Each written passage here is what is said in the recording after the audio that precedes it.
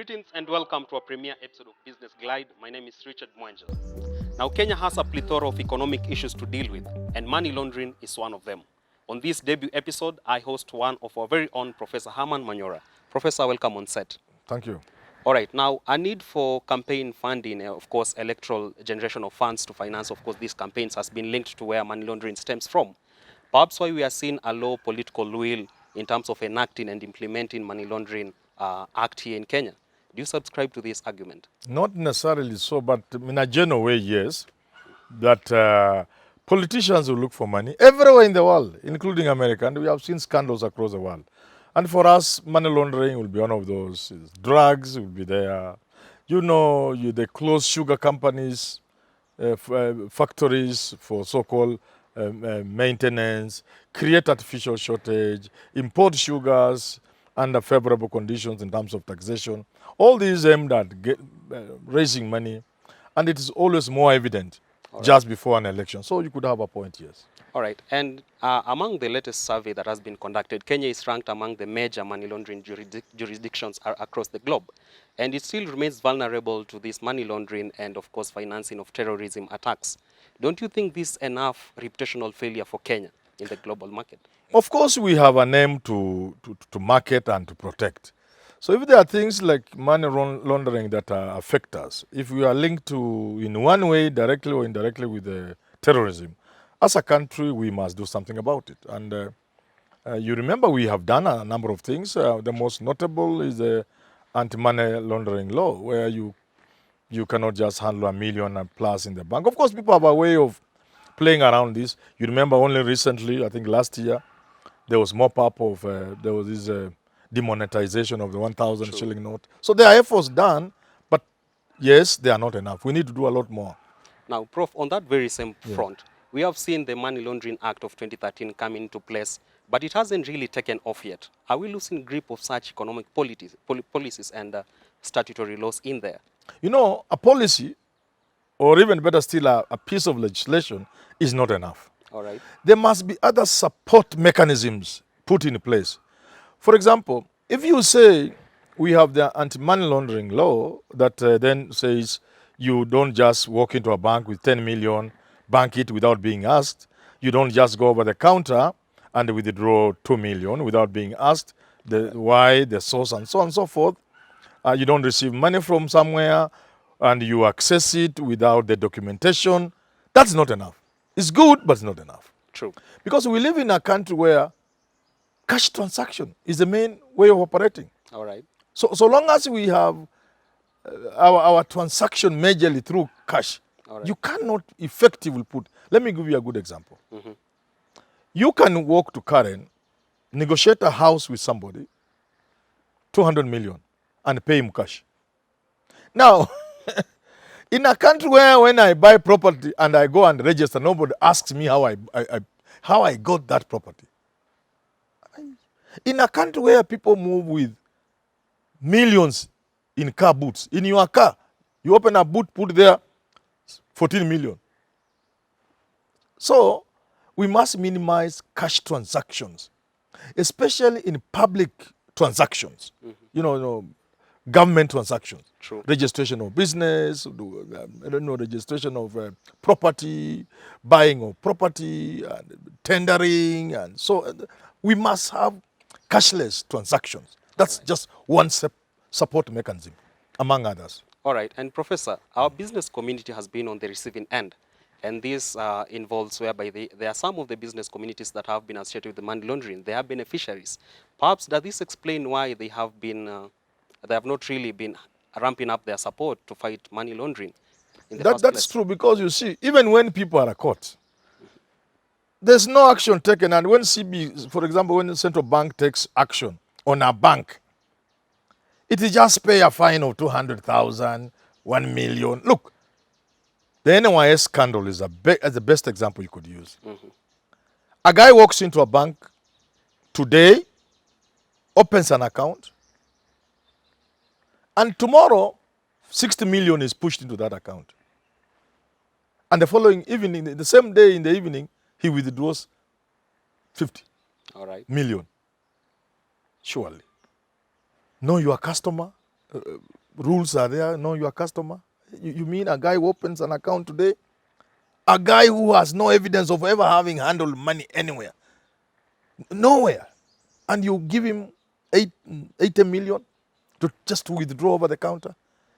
And when central bank comes in, they just fine them 500,000 shillings. So the regulator, who is the central bank and other agencies, must also make it punitive for you people to play those kind of games. So so long as people know, the bureaus, for example, you call them what? The Foreign Exchange Bureau. True. They handle a lot of foreign exchange. I think it was in Tanzania. I can't remember. I think there's a country. I think Tanzania. In Tanzania, here President Magufuli, if I'm wrong, you can counter check the facts, the True. viewer, but just for the example. I understand he strategically put the army across the country, very close to bureaus. When they opened, the guys just walked in True. and got heaps and heaps of dollars and euros beyond what you ever declared. So I'm saying that level of seriousness, it may be an exaggeration. True. It's a story I've heard people say, but it serves to point to what I'm saying, that government ought to be serious about this anti-money laundering. It was said, for example, a lot of the pirate money is what has put up most of these high-end apartments. Absolutely. In these high-end areas like Klelesho and the rest. And indeed it could be true, because when pirate was kind of not necessarily destroyed, when it went down considerably and noticeably, we saw these things also going down. Activities, economic activities in Isli and these places with apartment. Yeah, true. So it may not be factually established, but there is a way in which government must show seriousness. But Professor, the Financial Reporting Center was actually established, and its core mandate was to flag down suspicious financial transactions. But so far, their significance has been felt on a really low scale. Will you say there's been a possible penetration by these money laundering cartels into the FRC? Of course. Corruption fights back. If you are stopping people's industry that they used to make billions, they will fight you back. They will get into the system and use the same system to defeat this thing. That's why I'm saying, if you want, for example, people to pay taxes, why has it been so difficult, if not impossible, for us to mark all property in Nairobi?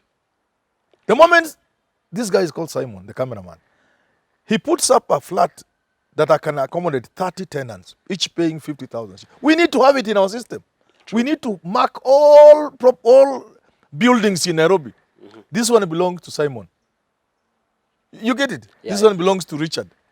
Now, once this is in our system, we will very easily monitor what he makes and therefore how much he should pay and pays for revenue. And at the same time, we are creating a system that can monitor money transactions in the country.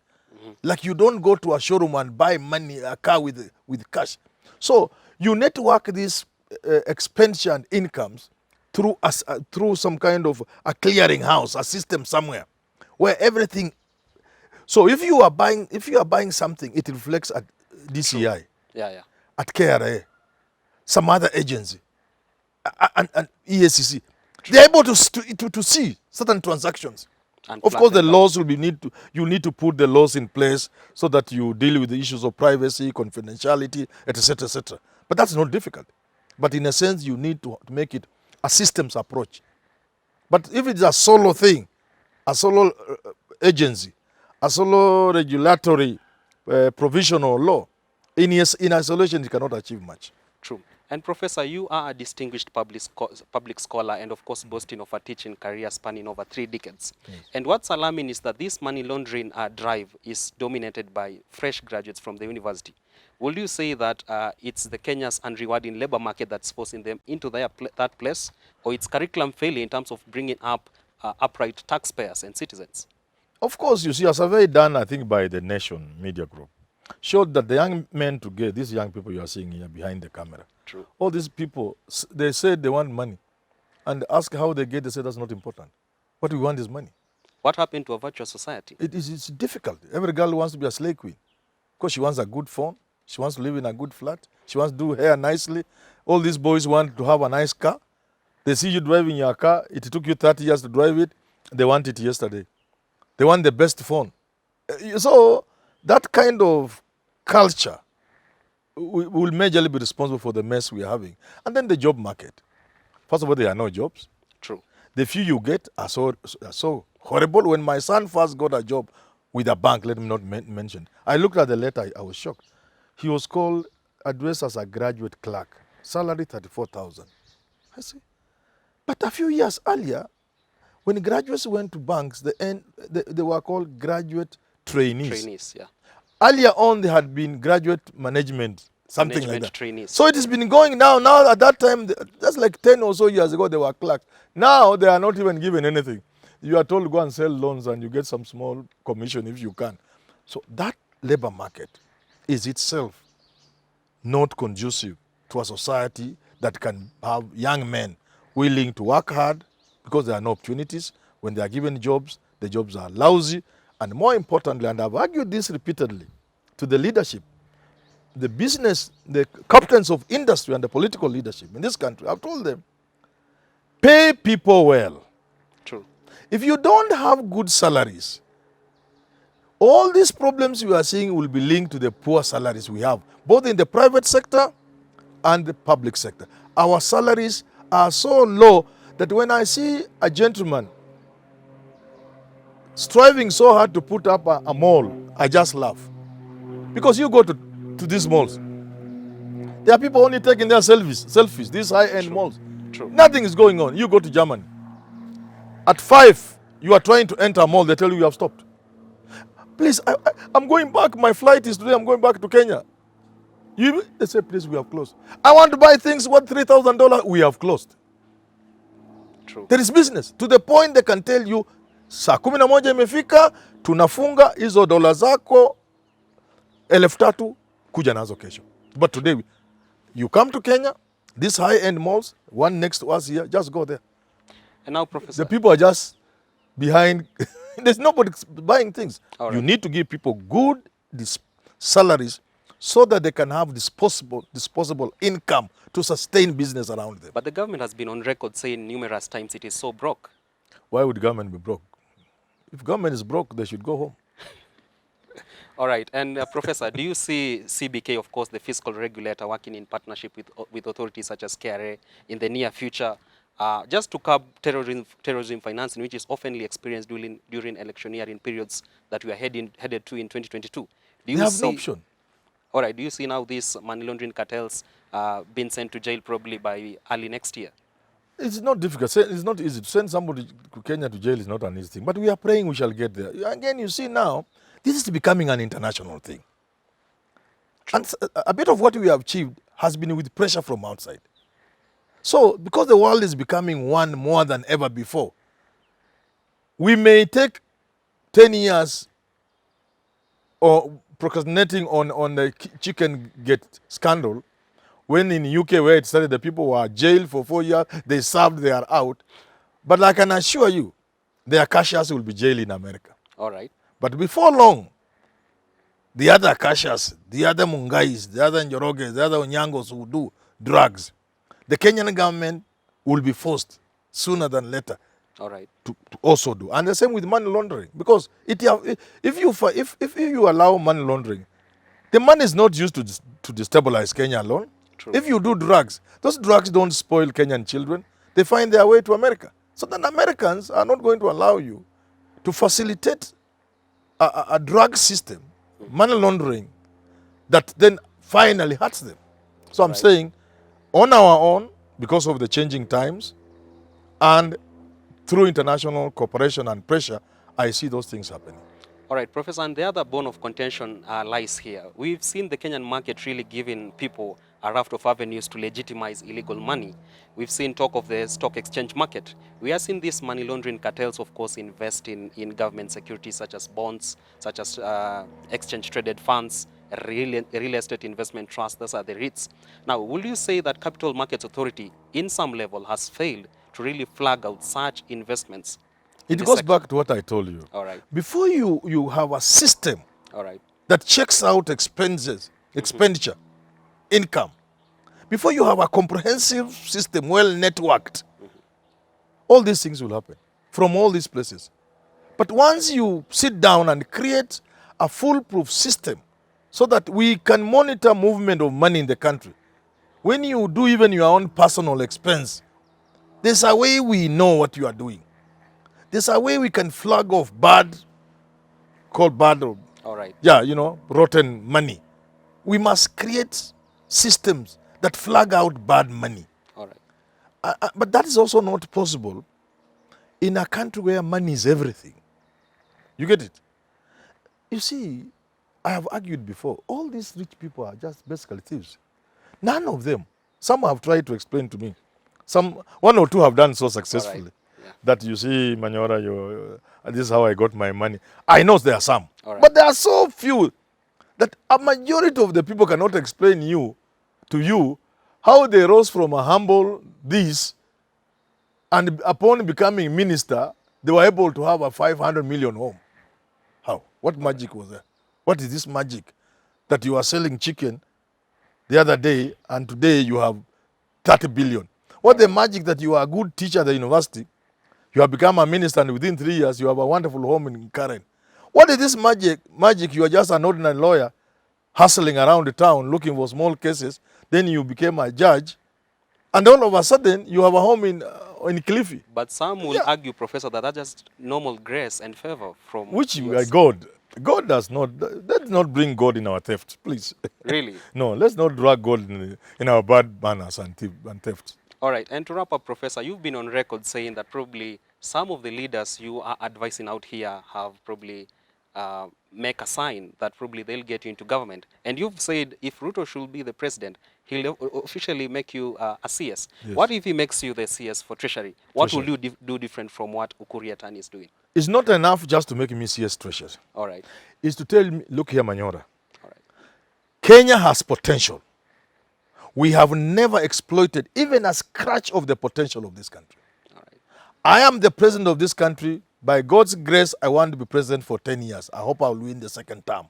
I'm giving you the treasury to transform this country. 5 years, you come to Kenya, you don't know what it is.